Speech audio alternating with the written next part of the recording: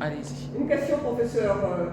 La rentrée scolaire a eu lieu, même si elle est pour le moment en partie de façon réduite, mais dans 15 jours, il est prévu qu'elle se fasse de façon plus large.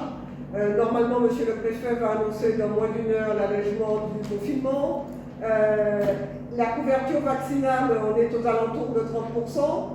Donc, toutes les probabilités sont que la 5e vague va arriver. Quel est votre avis? Oui, alors c'est vrai que ce qu'il faut bien comprendre, c'est à mon avis, c'est deux choses. D'abord, la 4e vague n'est pas du tout terminée.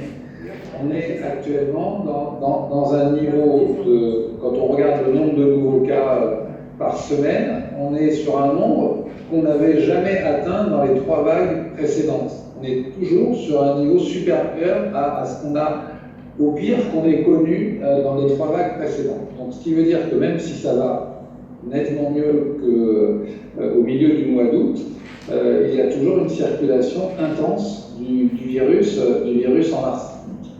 Donc ça, c'est le premier point qu'il ne faut pas perdre de vue. Et tout à l'heure, j'ai été à midi alerté par mes collègues des urgences qui me signalaient qu'il y avait à nouveau beaucoup de personnes atteintes de Covid aux urgences. Donc, cette 4e vague n'est pas terminée.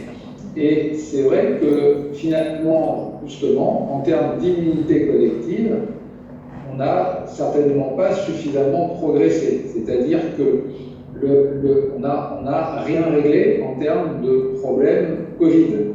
Si on recommence ce qui s'est passé notamment au mois de juin, c'est-à-dire quand on a déconfiné très largement, quand il y a eu des annonces nationales disant qu'on pouvait ne plus porter le masque à l'extérieur, ça a d'ailleurs souvent été compris comme ne plus porter le masque du tout, et que voilà, il y a eu un certain nombre de regroupements pour différentes raisons, eh bien, de manière certaine, on va repartir directement vers une 5e vague.